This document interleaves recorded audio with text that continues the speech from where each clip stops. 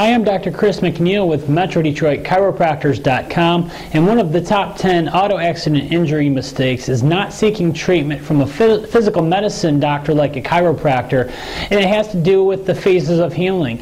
And the first phase of healing is inflammatory phase, and as you go into the repair phase, it's important to seek that physical medicine treatment from the chiropractor to allow the tissues to lay down and repair and heal with the collagen more strong, more elastic, and less sensitive. Whereas if you're not getting that type of physical medicine care, your tissues will heal more sensitive, less elastic, and less strong. So that's one of the mistakes people make, is not seeking care from a chiropractor after an auto accident injury. And if you have been injured in an auto accident, we'd be happy to help you out.